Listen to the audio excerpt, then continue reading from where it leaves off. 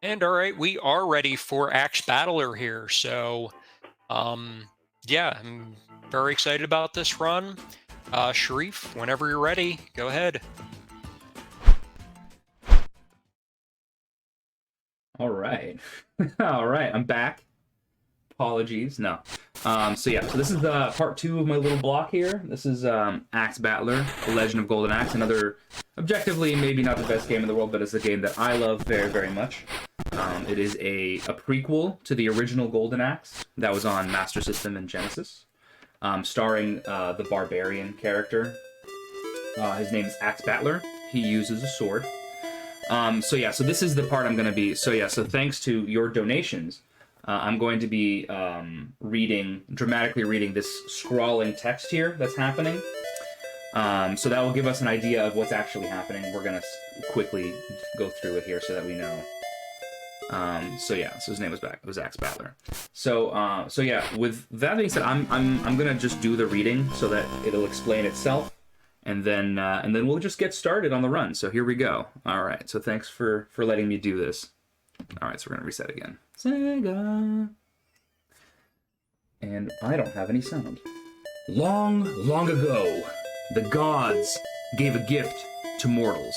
This gift was the Golden Axe. Legends say that the world will bow down to whomever takes the axe in hand. Countless battles took place among the mortals to gain possession of the axe. Finally, the king became full of sorrow and hid the axe deep in his castle where no one could find it. Peace once again returned to the world. After many years had passed and the name of the axe was forgotten, an army of evil warriors destroyed the castle and stole the Golden Axe.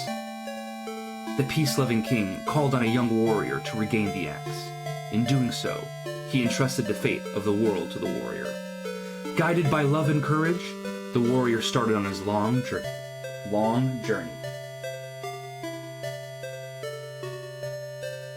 His name was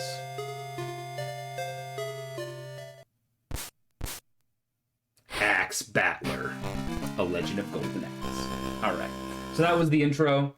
We actually get an opening cutscene here that re-summarizes the same thing again, but I get to mash through it now, and that saves time. So we're going to get started here when I hit new game.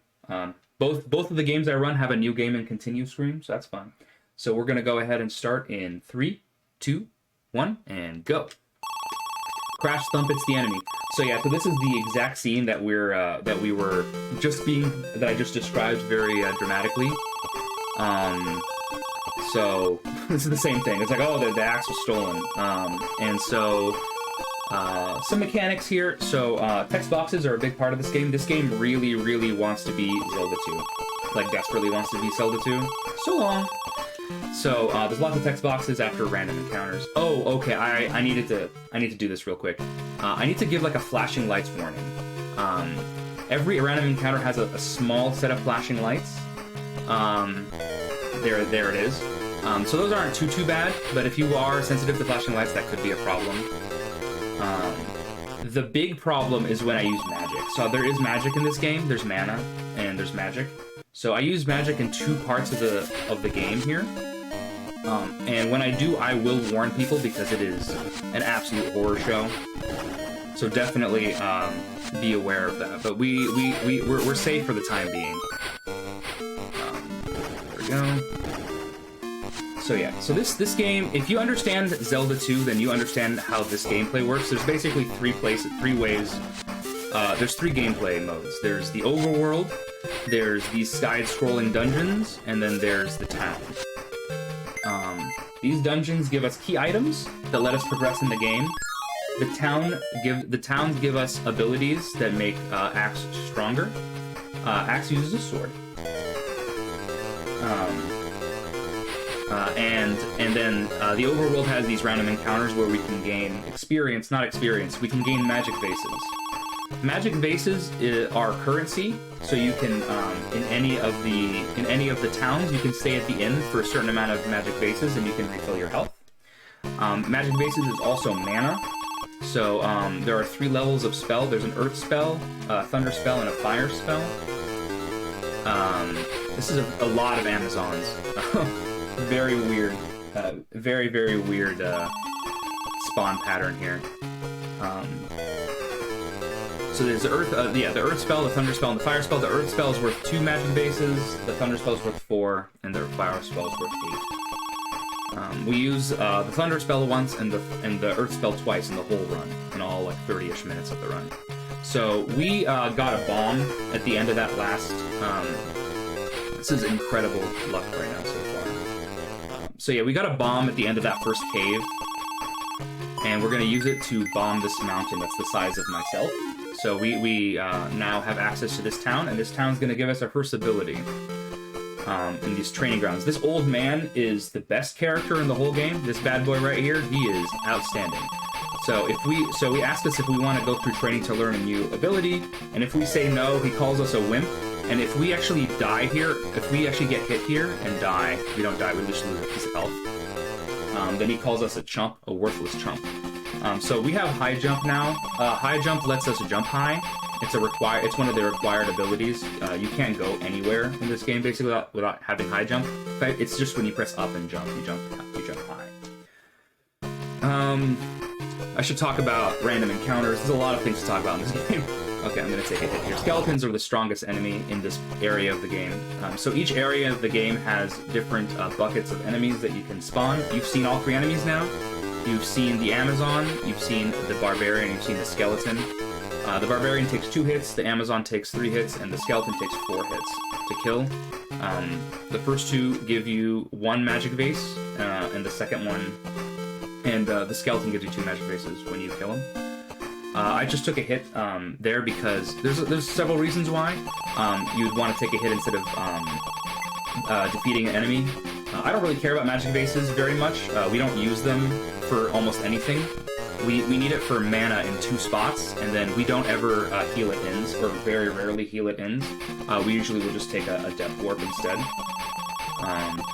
All deaths do is it warps you back to the last town you were in, and it takes away all your magic vases. That's all it does. So we use Death Warps pretty regularly. We take hits because there's a few reasons. If we don't care about the health, all that happens. Oh, I'm actually supposed to. So that's what high jump does.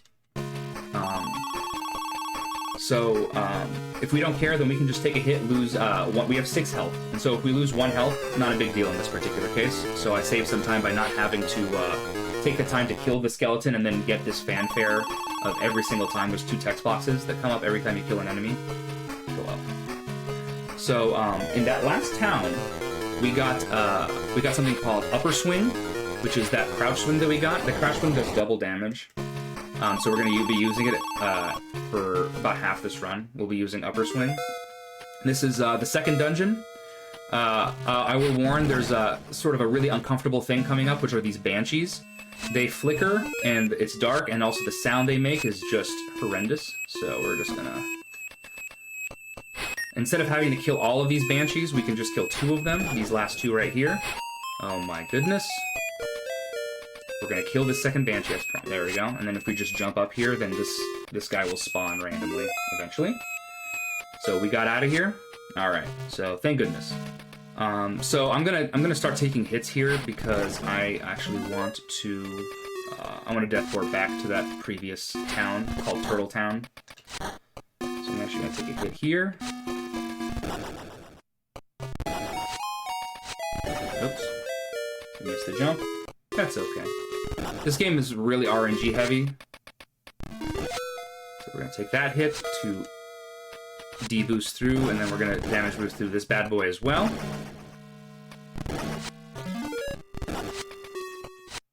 Alright, and so we have one more key item, which is the crystal. And now we're just going to hope that we get a quick encounter here. That's very good. So we're just going to death warp. We're going to have this barbarian kill us, and we'll death warp back to the town. Usually doing that is it does a few things. It warps us back to the town, which is actually exactly where we need to be, and it refills our health. So now we have full health again. How cruel! Yeah, it's rough. The banshee sound is really bad. So now we're gonna throw the crystal into the sea, And now we're on the turtle's back here, which is another sort of side-scrolling dungeon style deal here. So we're just going to get across here. We one-shot that dragon. Don't worry about it. Oh boy. Don't get hit by these coconuts. That one hit is intentional. Saves time. So we're going to get to the end of this. And this is not going to give us a key item, but it's going to send us to the second area in the world. So barbarians and Amazons are now a thing of the past. We now have... what do we have? We have Neo-Barbarians, we have Neo-Amazons, we have Skeletons, and we have Bad Brothers. So this is the third ability we're going to get here in this town, which is like the desert town. So we're actually going to kill a skeleton now, because now we can just kill him in 2 hits. So now we have an ability called Jump Swing. So Jump Swing allows us to do double damage if we swing while jumping. We don't use it a ton, but it's useful in a few places. So we're gonna go to the next area here. This is maybe the area with the worst spawn rate in the whole game. The Neo-Amazons have a really strange hitbox when they're swinging, so if you swing and they swing at the same time, we'll both miss each other, even though we're supposed to hit each other. It's a very interesting... Oh, this is really good luck. I've gotten to 6 or 7 spawns here before. So we're gonna go to the... this is called Death Pyramid. This is actually, like, a really heinous dungeon. If you don't know what to do here, it's actually really awful. So we're gonna... But if you just skip the dungeon and go up above here, you can just skip the whole dungeon. So we're done with the dungeon. We just get a key. So what happens if you actually go through the dungeon as intended there, is you get to the end and like, oh, there's a gate. And it's locked. Sorry, bro. And so you actually have to know to actually go up top there. That's actually required. So it's not a cheat or anything. It's not a mistake. That's exactly what you're supposed to do. So we can finally get off of these horrible... Yeah, shout out to the Bad Bras. This is the Bad Brother is Bad Bra. I don't know why. Chips and dip, bro. So yeah. So different tiles have different spawn rates, if that wasn't clear. So these the plains like that have the lowest spawn rate, and then the desert and the mountain tiles have the highest spawn rate. So we're gonna get the most important upgrade in the game here, which is Super Swing. Super Swing is like Upper Swing, except it comes over the top instead of through a crouch. We're gonna kill a Bad Bra for it. 1, 2, Bad Bra. So now we have California, bro. As a Californian, I agree.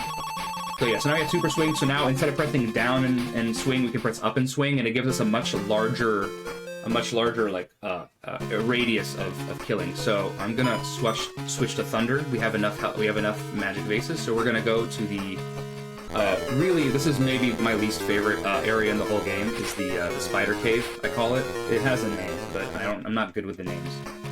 Chia, bruh. So this is the first area where we actually do use magic, so I will let you know when it's coming up. It's really intense. If you can deal with flashing lights, then I would suggest giving it a look, because it is pretty heinous. So yeah, so this is a pretty rough area here. My goal is to just not die. That's always the goal. If I'm gonna die in a run, it's gonna be here almost certainly. So we're just gonna jump over this bad boy. Alright. Yeah, so these guys, they go into random spots, but then the little venom that they shoot is actually pretty predictable as to where they go, so it's pretty easy to avoid. So yeah, so right now, look away if you're not comfortable with flashing lights.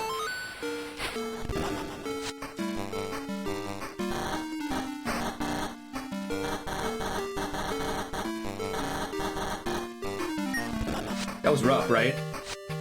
Oh my god, I missed it. Missing this jump is actually pretty bad.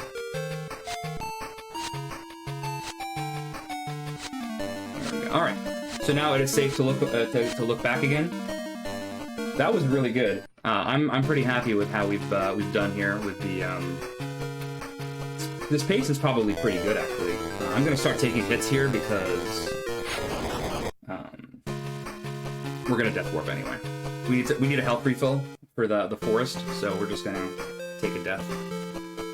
And we don't care about magic bases till the very, very end of the game now. So we're gonna get Tackle, which is another required ability. It gives us, it also gives us the ability to run in the side-scrolling stages. This is a knight. This is say hi to Master Chief. He just walks up to you and whiffs and then lets you hit him. So very good enemy, Master Chief. So now we have Tackle. So if we double tap in a direction on our D-pad, then we start running in that direction. And then if we hit B, then we do like a shoulder check, which they call a tackle. I'm going to talk to this soldier, and he gives me a compass. That'll be important in a little bit. So I'm going to leave here. Instead of healing, we're just going to take a death. It's much faster. Because the only area... There's only one area that has... yeah, right. 40%. Yeah, the flashing lights are rough. That's pretty tough. So bridges are always forced encounters. So if you want to take a hit, just go on a bridge. So we're gonna go down now. It's Mr. Chief. Yeah, he's not as good as Master Chief. All right, so we're gonna go in the Forest of Illusion here. Shout out to Super Mario World. Whoop.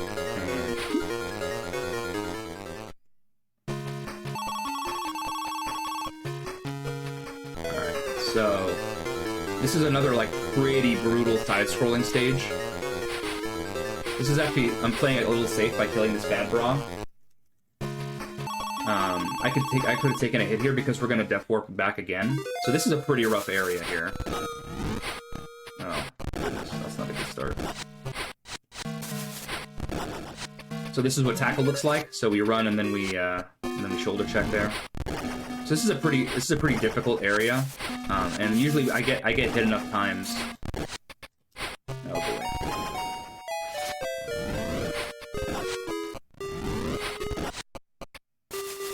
I'm just gonna concentrate for a second. So there's gonna be him and him. Then I'm gonna shoulder check him. Then I'm gonna kill him, and then I'm gonna shoulder check him again. All right, so we're done. So the reason that it was important that I got that compass from the soldier is that if I don't have the compass and I come out the other side here, that says, oh, you got lost, and then you start you back on the bridge again. All right, so we're going to go to this very conspicuous area of grass here. I think I have one more hit I can take. Yeah, okay. So we're trying to death warp back, so I can take 2 more hits. So hopefully no more random encounters. Okay, so I have to kill this character. I have to kill this enemy now. It's a knight. It's a slow enemy.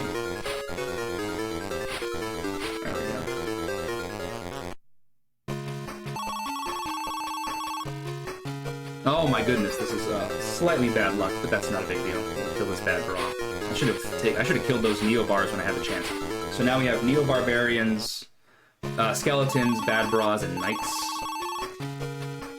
Oh wow, this is horrendous luck. I better get another encounter immediately after getting this. So we're gonna go on this really conspicuous piece of green here. We're gonna search, and we're gonna pick up a piece of fruit. Another required item. So now we're just gonna, I'm just gonna wait and I will death warp back.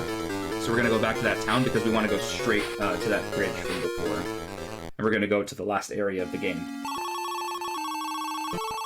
Alright. So we're gonna go to the last area of the game.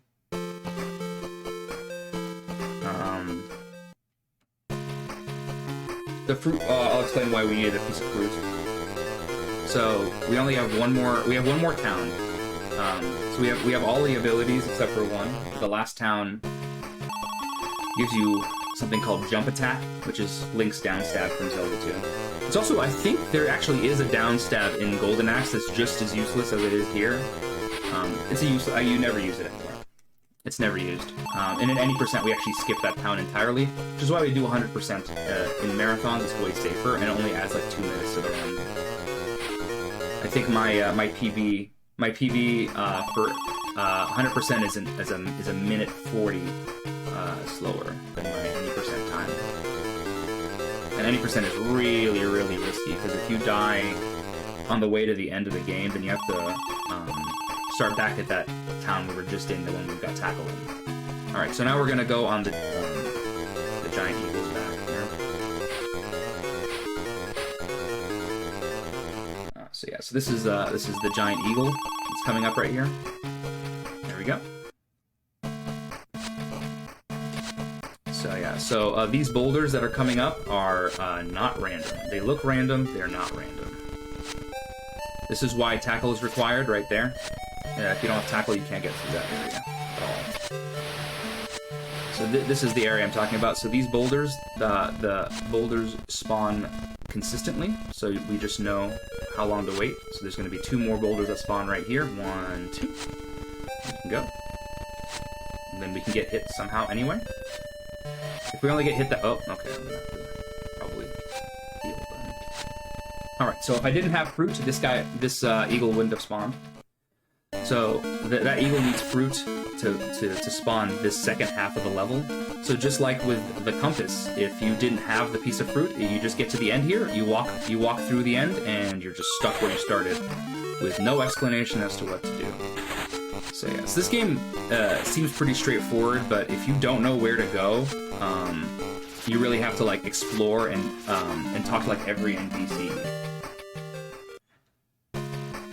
which is pretty rough.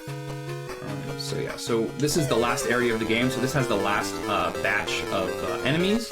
So now all we have are Neo-Barbarians, Neo-Skeletons, these bad boys, the Neo-Knights, and Death Adder Jr., which are just little Death Adders with the golden axe and everything. I don't really understand that particular enemy design. You don't want Death Adders to spawn here, because if you get hit by him, he one-shots you. Which is really scary. So this is a really scary fight because I am not safe yet. I haven't gotten to the next town yet. So any Death Adders that spawn here is extremely, like, cool of the game.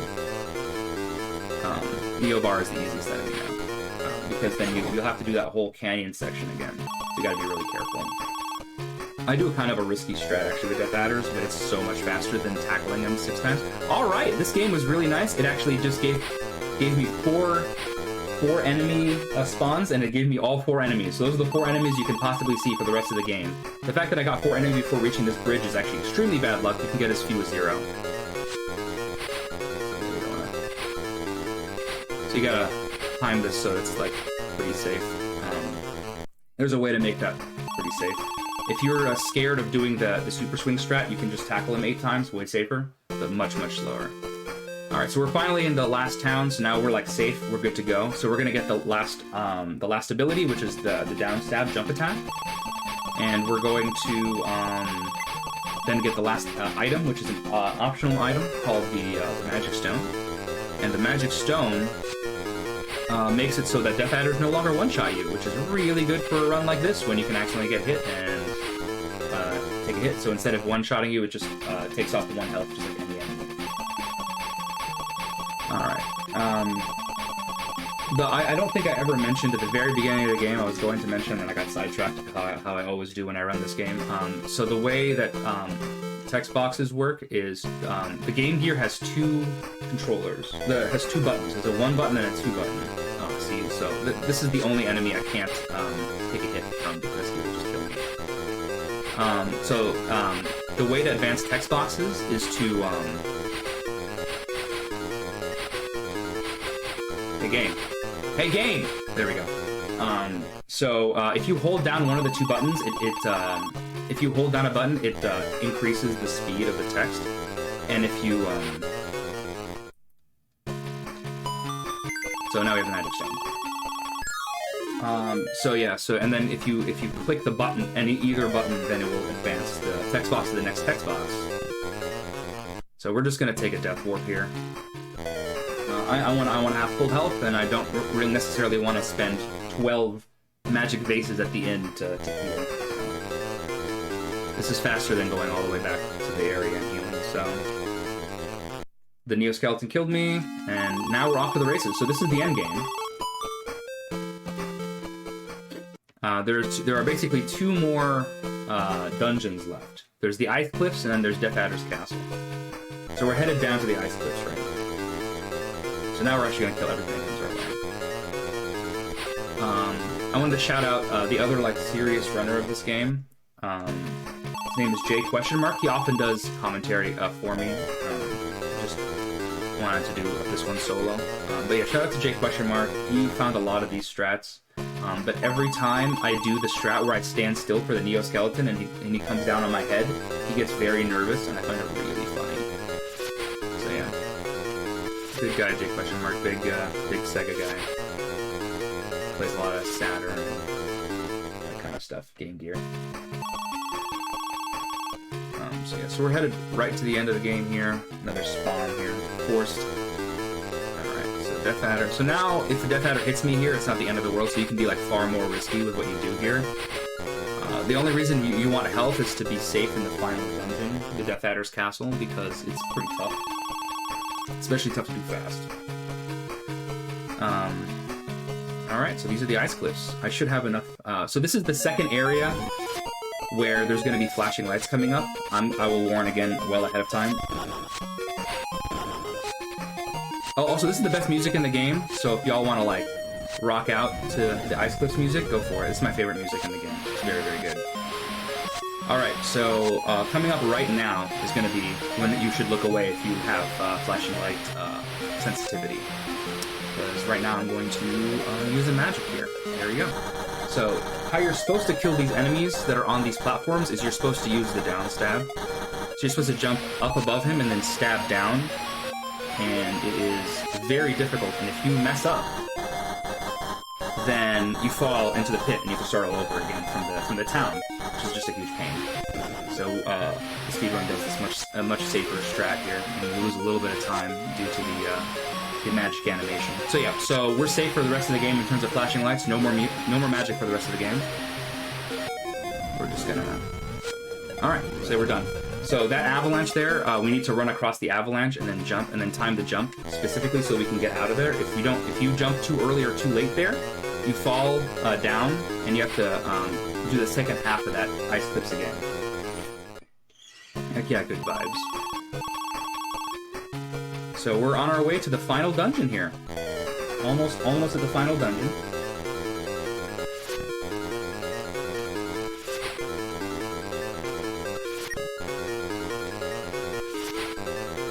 And that's right, I'm going to do, and thanks to your generosity, I'll do the dramatic reading of the final cutscene as well. These Neo Knights, this was just a huge pain in the butt here. So all of these, I don't care about magic bases at all anymore, so every one of these spawns is just a chance to take a hit and to lose time. So we want as few encounters as possible here, and if we get encounters, we want Neo-Barbarians, because Neo-Barbarians are very quick and very easy to kill. I mean, we killed the Neo-Barbarian with no upgrades, if you recall. It was the very first thing we killed in a training to get high jump.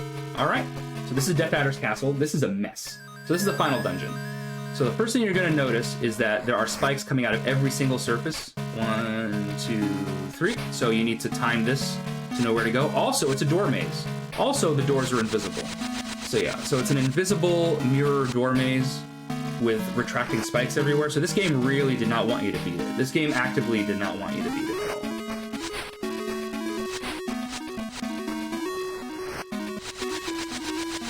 So this is just, you have to memorize this. I never beat this part as a kid. I actually, so yes, why do you speedrun this game? People speedrun games like this usually because it tormented them as a child. I was a Game Gear kid, so I had this game as a kid. So I played it a billion hours and never beat it. This is the hardest part of the game, the cloud here, so I'm going to focus for a second, then I'll explain. So we are going to back up here. There's a visual cue, so if Axe's back foot is standing on the second hump of the cloud, then we're safe from these arrows. Alright, so that was the scariest part of the game. If you fall all the way to the beginning of the dungeon again, and mega time loss. So yeah, so I played this game a bunch as a kid. I got as far as the forest, but I didn't know you needed the compass, and so I got through this really hard dungeon, and then they're like, hey, you didn't get anywhere, and I'm like, frick this game. And I was kind of done. Alright, so we're getting towards the end of this dungeon here.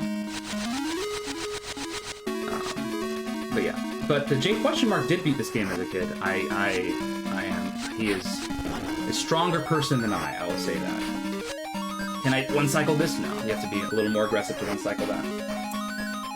Alright, so there's just a couple more of these and we'll be good to go for the final boss.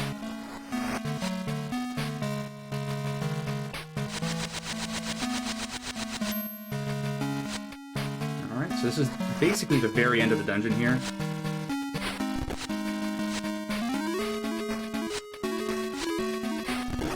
Alright. So here's the final boss. Wait, never mind. The final boss is really tough. So yeah, that's time. That's the end of the game. Where am I? Ha ha ha ha. Axe Battler. I'll give you credit for coming this far. Who are you, you fiend? Come out. From where you are hiding. Do you still think you can fight me? What do you think? This is Death Adder talking, by the way. You can do when you're all worn out, with wounds all over your body. I'm prepared to fight. I'll continue to fight. For the love and courage of humankind. You impudent chump. Second chump. Die, Axe Battler. Ah! In one amazing swing, Axe Battler cut the darkness in two. Arg, Axe Battler, you scoundrel. I'll get revenge for this. Arg. And yeah, that's the game. So yeah, so the ending is just a cutscene against Death Adder. We killed Death Adder in a cutscene. Peace was once again restored to the world to make sure that the world would never again fall into this kind of darkness. Axe Battler took the golden axe in hand and jumped on the giant eagle's back. Fly, giant eagle! Fly into the vast sky! Let the world know that peace has been restored. And this is a unique sprite that we don't see anywhere in the game but here. So yeah, so that's it. That's the end of the cutscene, and that's the end of the game, and that's the end of me playing in this, whatchamacallit?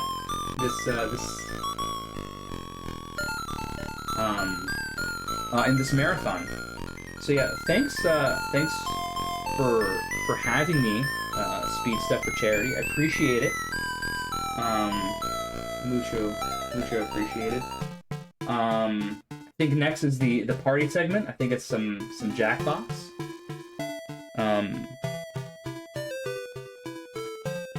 So yeah, you can find me on Twitch at Sharpers, twitch.tv/Sharpers. I usually speedrun, or I play like silly games. I've been playing a lot of TV show tie-in games recently, Grey's Anatomy, Desperate Housewives, that kind of stuff. And yeah, I stream every Tuesday, and that'll be it. That'll be it for me. And enjoy the rest of the marathon.